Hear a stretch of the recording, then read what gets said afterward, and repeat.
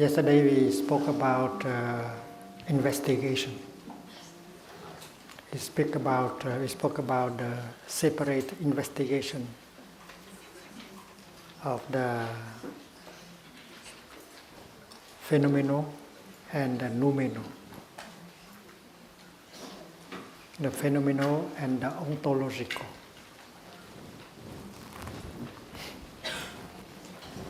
That is about the Buddhist methodology.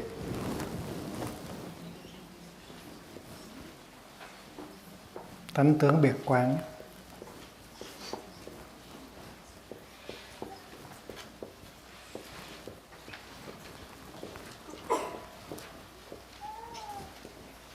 The separate investigation of the ontological and the phenomenal.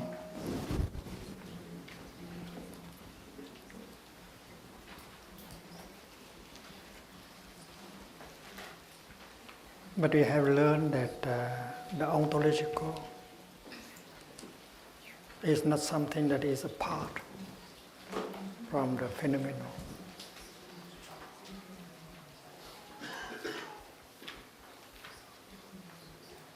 When we touch the phenomenal deeply enough, we touch the ontological.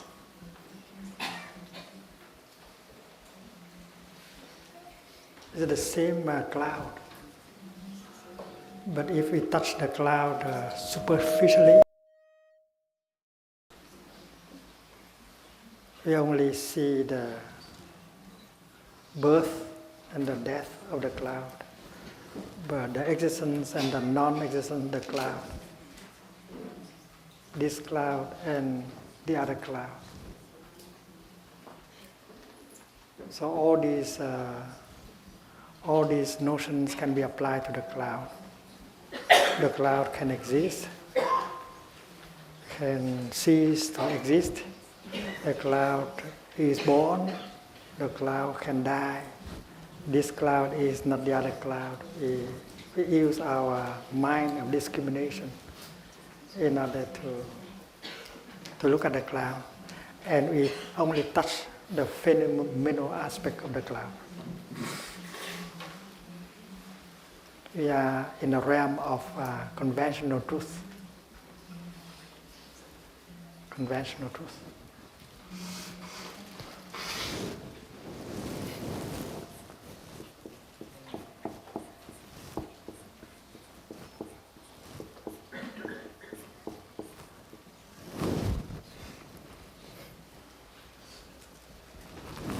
But if we use mindfulness, concentration, and look more deeply, we will discover that our cloud, that same cloud, is free from birth and death, being and non-being. And we touch the ontological ground of the cloud, the same cloud. And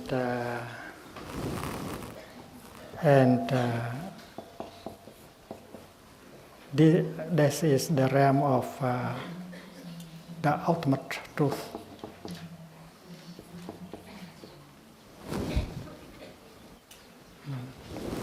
Paramatta Satya is Samriti Satya.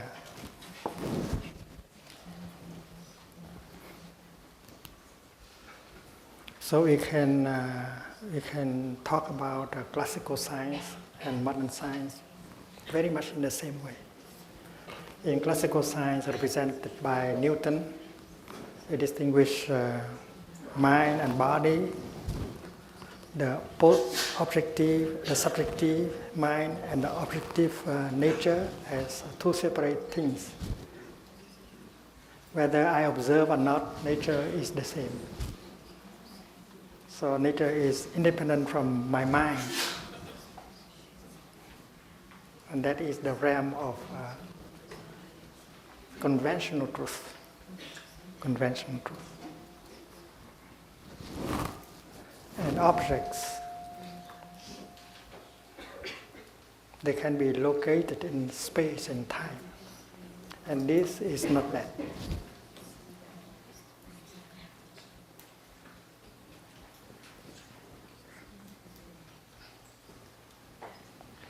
We are in a realm of conventional truth. But when we touch that the object of conventional truth deeply, we touch the ultimate truth. And we find that notions like birth and death, being and non-being, coming and non and going, can no longer be applied to the same thing, to the same object of inquiry. And that is why the first principle that we have to follow in Buddhist methodology is the separate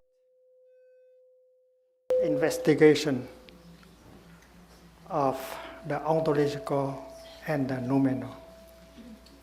When you go to the ontological dimension, you can no longer use words and notions that you have used in the realm of conventional truth. We have repeated this, I think, 50 times already in this retreat.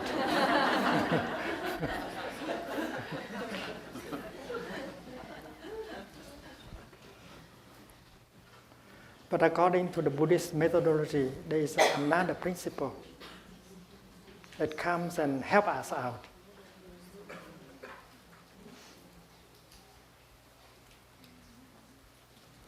Because in order to touch this realm of conventional truth, we need the mind of discrimination, the wisdom of discrimination.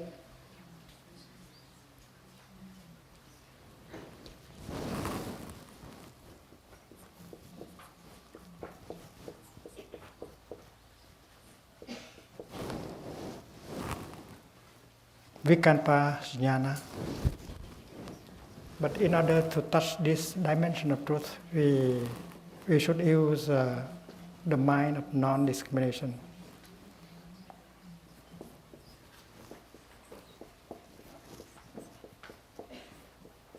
Nirvikalpa jnana. But how? How to change the instrument? Because in science they have many instruments, like accelerator and so on. But the instrument that is basic behind is your mind. And in Buddhist tradition, we take care of our mind because that is the only instrument. Our mind should not be overloaded with discrimination, with fear, with anger, with prejudices. And that is why the yogi, the practitioner, has to purify her mind, purify his mind, in order for understanding, true understanding to be possible. But in the realm of science, people talk more about sophisticated instruments, but they don't talk enough about how to make the best of our mind, which is the basic instrument. If you are overloaded with prejudices, preconceived ideas, you are overloaded with worries and fear and anger, our mind is not a good instrument.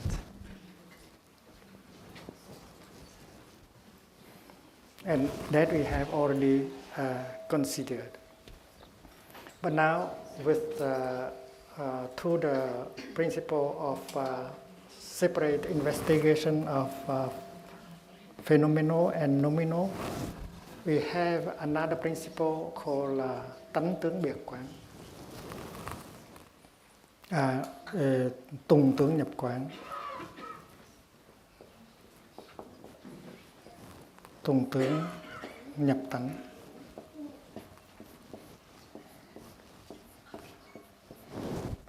There is a way that you can proceed from the phenomenal to the nominal. there's a way, a gradual way, by which you can proceed from the conventional realm of truth to the realm of ultimate truth. And I think this is a question for modern science. How can you start from the law of classical science in order to go to the law of the quantum physics?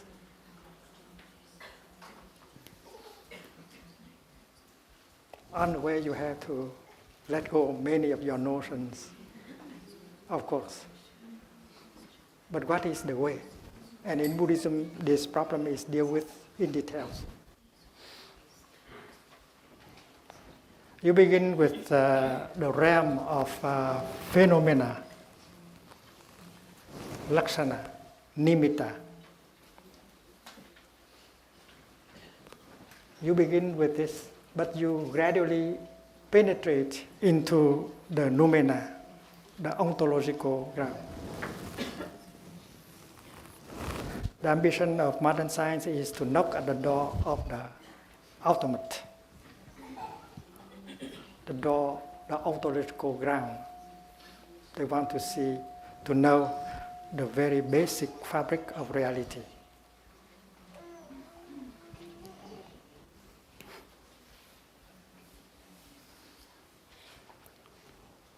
So we need some skill. The meditator, the yogi, has to be skillful, has to learn how to make use of the mind of discrimination in order to come to the mind of non-discrimination. There should not be any conflict between the two, between the two kind of truth, because the two kind of truth, they are both useful.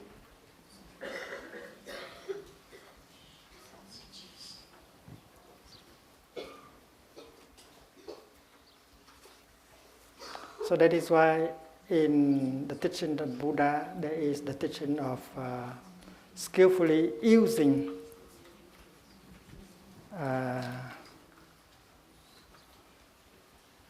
the teaching, the practice, in order to come to terms with the ultimate. You begin with the conventional truth. And there is a way that you can take in order for you to slowly penetrate into the realm of ultimate truth, and you don't see the conflict. And that is why you are still free to make use of the two kinds of truth.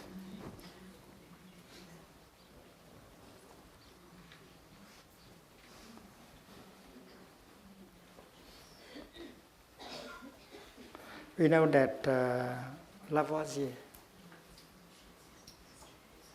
is that French scientist who have discovered the truth of no birth and no death in chemistry. Rien ne se crée, rien ne se perd. Antoine Laurent Lavoisier. Rien ne se crée.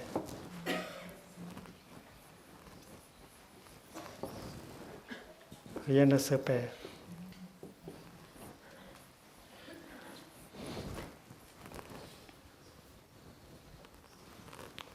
And this is the vision he got. And scientists agree about that, and that is why we have the law, the first law of thermodynamics, the law of conservation of matter, the law of conservation of energy.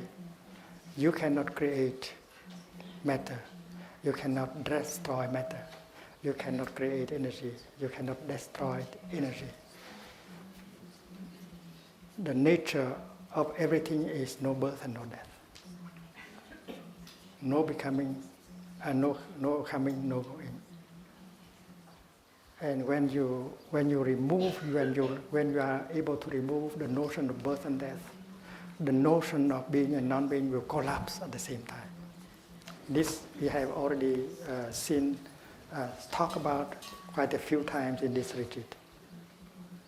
These two pairs of opposite, birth and death, being and non-being, they are linked together.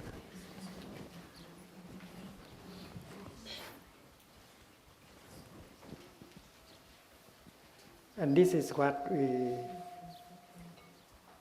have found both in the Buddhist tradition and the science tradition. We have found that there's really no birth and no death. Before the amount of matter entering into a chemical reaction, and that the amount that come out of the chemical reaction, they are exactly the same mass. Nothing is added, nothing is lost. Rien ne se crée, rien ne se perd. There's no increasing, no decreasing. It's like in the Heart Sutra. But Lavoisier was executed by guillotine.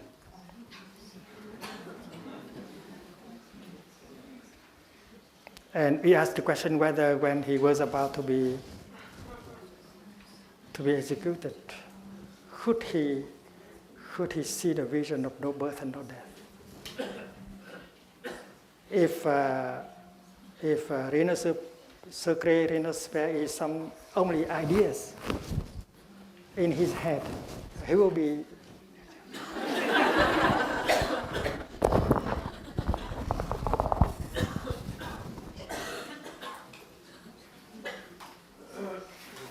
if that is only an intellectual notion, that is something grasped only by the intellect, that could not be enough to remove the fear of non-being. Because for us, to die means you go to the realm of non-being. You don't want to go to the realm of non-being. So in the Buddhist tradition, it's very clear that no birth and no death as notions are not helpful enough. No birth and no death as a theory, as a law, is not helpful enough, because that remain in the realm of the intellect. And that is why in the Buddhist tradition we speak of samadhi. Samadhi is a kind of insight that can be maintained for a long time.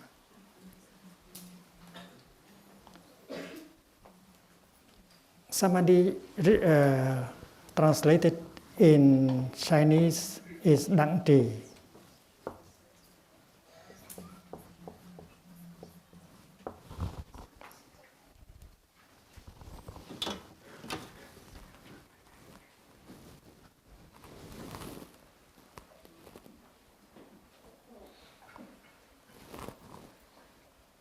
It means you keep it, you maintain it on the same level. You keep it inside. So you maintain that vision, that insight alive. And that is concentration. So concentration, samadhi, is not just a notion. It is the insight of no birth and no death that can help you not to be afraid of birth and death, and not the idea of no birth and no death. The idea of no birth and no death is a good idea. But that is not enough to dissipate your fear of being and non-being. And a practitioner should be skillful enough to make use of the idea of no birth and no death in order to produce the insight of no birth and no death. We have to distinguish between the idea of no self and the insight of no self. The idea of no birth and no death and the insight of no birth and no death.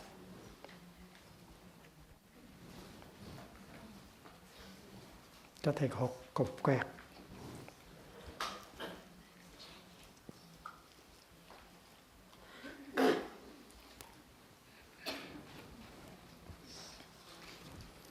The idea of no birth or no death is like the match.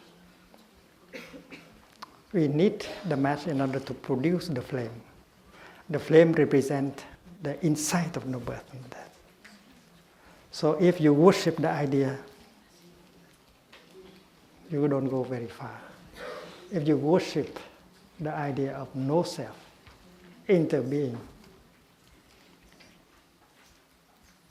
nirvana, you don't go very far. Because that is only a notion. But a practitioner always knows how to make good use of the notion in order to produce insight. The notion of no birth and no death can be used in order to produce the insight of no birth and no death. And when the insight of no birth and no death manifests, it begins to consume the notion, of no birth and no death. And when the insight of no birth and no death consume and destroy the idea of no birth and no death, and you are free. You are free from the notion of no birth and no death. Because you can be a slave of the teaching of impermanence, no self, interbeing, if these are just notions. So the match is the notion. And the notion should help us produce the insight. And when insight is born, it destroys the notion, and you are free from the notion. You are not a worshipper anymore, even of a notion. Even the notion of no birth, no death, and interbeing. That is the freedom we speak in Buddhism. You are free from the Buddha. You are free from Buddhism. You are free from everything you learn in Buddhism.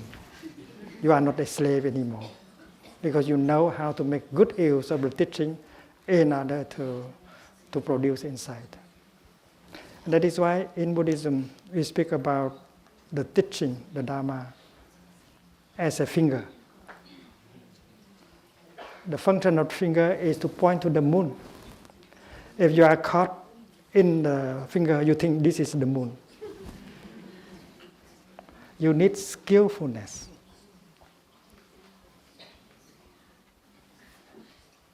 And the practitioner should be an artist, should be skillful enough in order not to be caught in notions, even wonderful notions like interbeing, no birth, no death, and so on.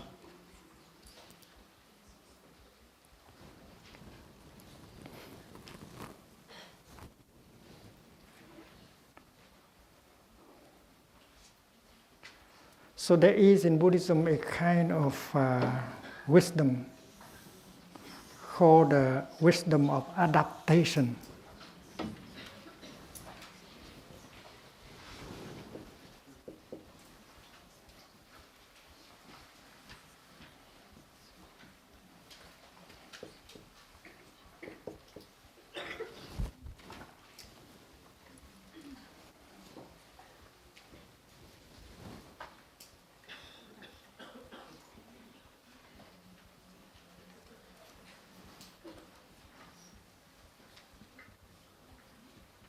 Tùy thuận trí.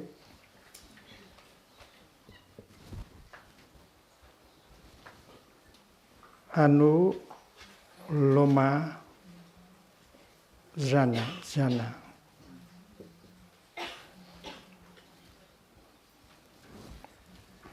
This is a kind of wisdom that is very skillful, is making use of notions and concepts in order to lead us out of notions and concepts.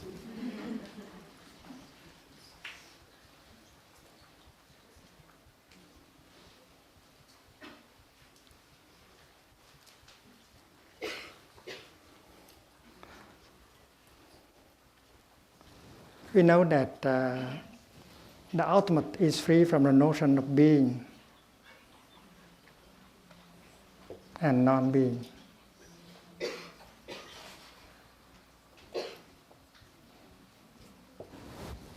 So our attempt is to get out of the notion of being, to be free from the notion of being. Right? But you risk to fall into the notion of non-being.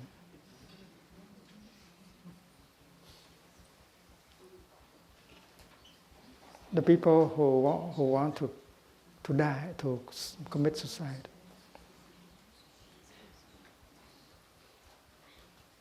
they think that being is too hard. The burden of being is too hard. And they aspire to something opposite. They aspire to non-being. And they think non-being is better, easier to take. They are caught by both notions. So there is a tendency to run away from being in order to attain being. This is a bhava.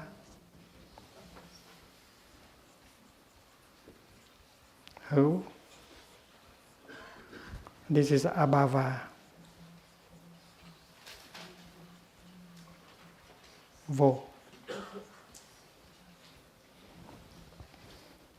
So with the wisdom of adaptation, skillfulness, you try to help people out of the notion of being and not to fall into the trap of non-being. For instance, using the word interbeing.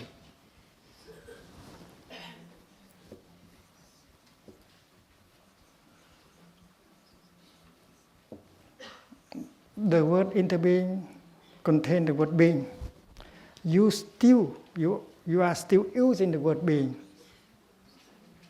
But with the notion, with the meditation on interbeing, you slowly go out of being, of the notion of being. And yet you do not fall into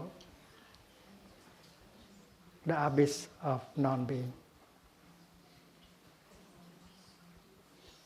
Like when we consider a flower,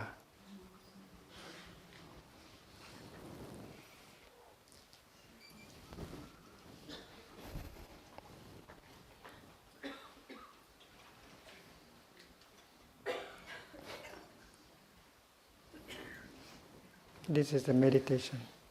We look into the flower and we see that a flower is made of non-flower elements. This statement is a skillful way, helping us to come out of the notion of being.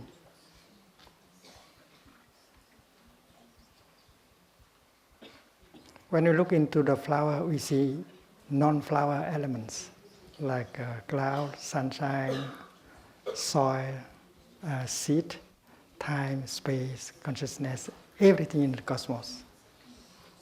In fact, a flower is made only of non-flower elements. And that can be applied to everything else. When we speak of deep ecology, you have to look with that kind of wisdom. Man is made only of non-man elements, namely animal element, vegetable element, mineral element. And if we remove all the animal, vegetable, and mineral out of man, there is no man left. So man is made of non-man elements. Flower is made of non-flower elements. And even Buddha is made only of non-Buddha elements. And this, when you pronounce a word, a name, you designate an object. And whatever that object is, you can say the same thing. It is made of non-eight element. And that is a skillful way to see that this flower cannot be by herself alone. She has no separate existence. She is made of non-her element. That is why she can only interbe with us. She cannot be by herself alone. And looking in that way, we are free from the notion of being. And the notion of interbeing come and rescue us. But interbeing should not only be a notion. The notion of interbeing should help us to get the insight of interbeing.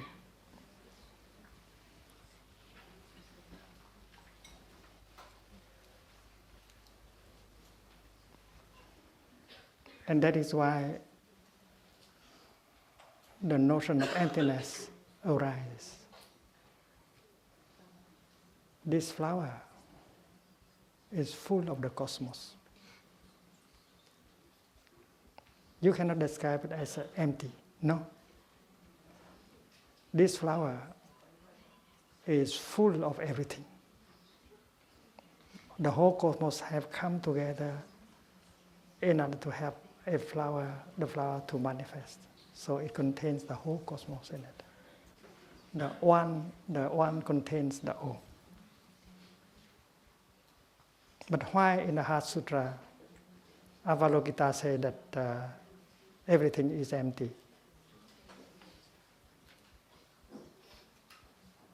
Form is empty, feelings is empty, perception is empty, mental formations are empty, consciousness is empty. So you should ask the Bodhisattva, dear Bodhisattva, you say that everything is empty. I'd like to ask you this question. Empty of what? Empty of what? When you say full of what? Full of the cosmos. But if it is empty, so it is empty of what? And the answer is that, yes, the Bodhisattva will tell us, you are right, the flower is full of the cosmos. Full, perfectly full of the cosmos. It is only empty of one thing, and that is a separate self, a separate existence, a separate being, because a flower cannot be by herself alone. She needs all the non-flower elements in order to manifest. So she can only interbe. She cannot be. The notion of be is just a notion that cannot be applied to reality. And that way, we come out of the notion be, to be. And thanks to the skillfulness of the notion interbeing.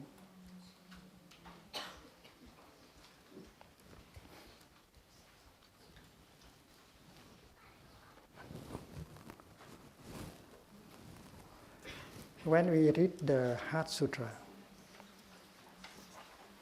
the heart of perfect understanding, the second paragraph, listen Shariputra, form is emptiness, and emptiness is form.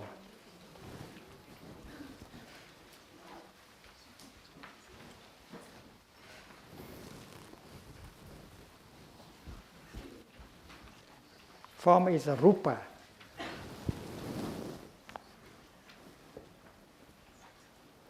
Rupa, matter, la matière. Our body is described as form, la matière vivante.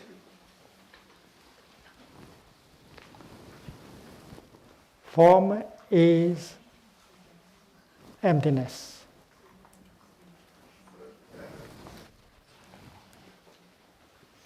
But the sutra continues, and emptiness is form.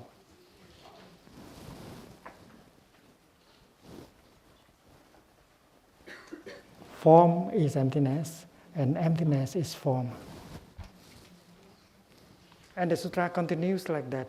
Only repetition. Form is not other than emptiness, and emptiness is not other than form.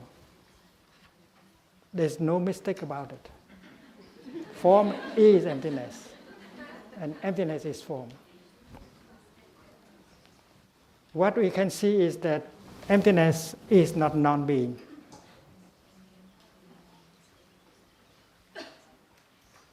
Because non-being is not form, right? But emptiness can be form. So the first thing we have to see is that there is a difference between emptiness and non-being.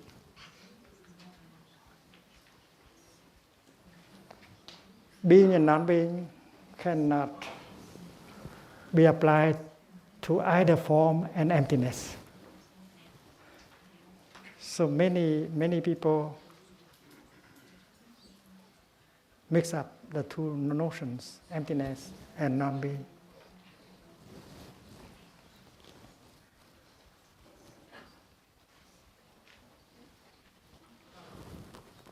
Let us look at this glass. This glass is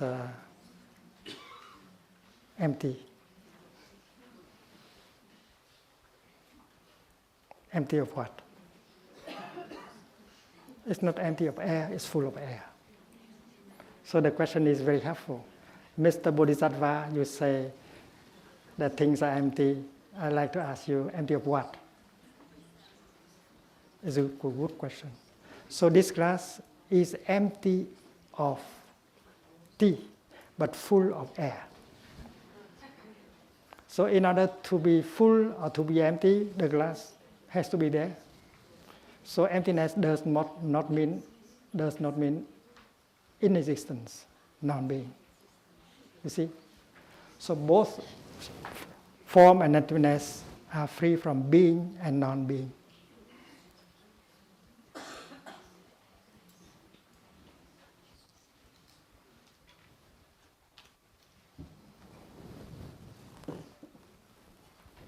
And then if we continue, we see that all Dhamma are marked with emptiness. The characteristic of everything is emptiness. And emptiness here does not mean non-existent. Emptiness here means not having a separate existence. You cannot be, you can only interbe.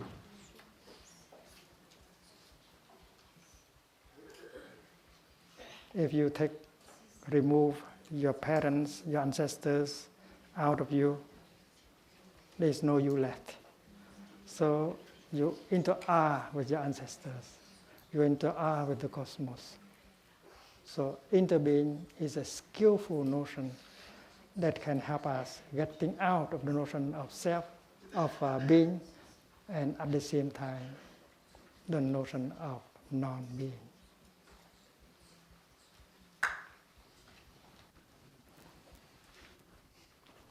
In the realm of conventional truth, to be or not to be, it was a question. But when you come to the realm of ultimate truth, to be and not to be, that is no longer a question.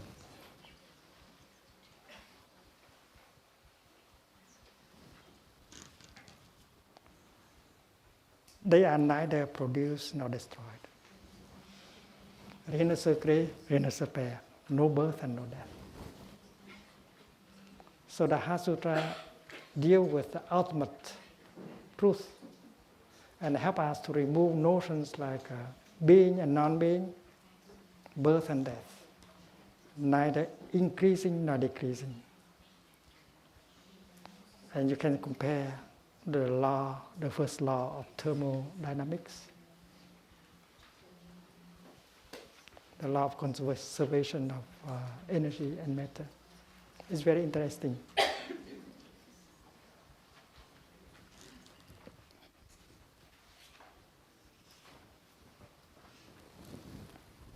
So there is a kind of wisdom called the wisdom of adaptation that is the inside of conditional genesis.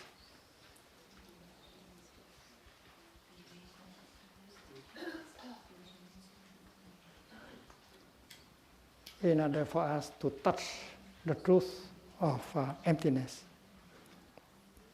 which means the ultimate reality.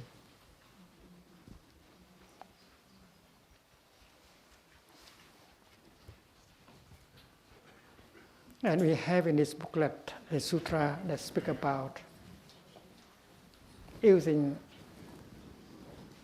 the wisdom of adaptation in order to touch the truth of emptiness without any conflict at all.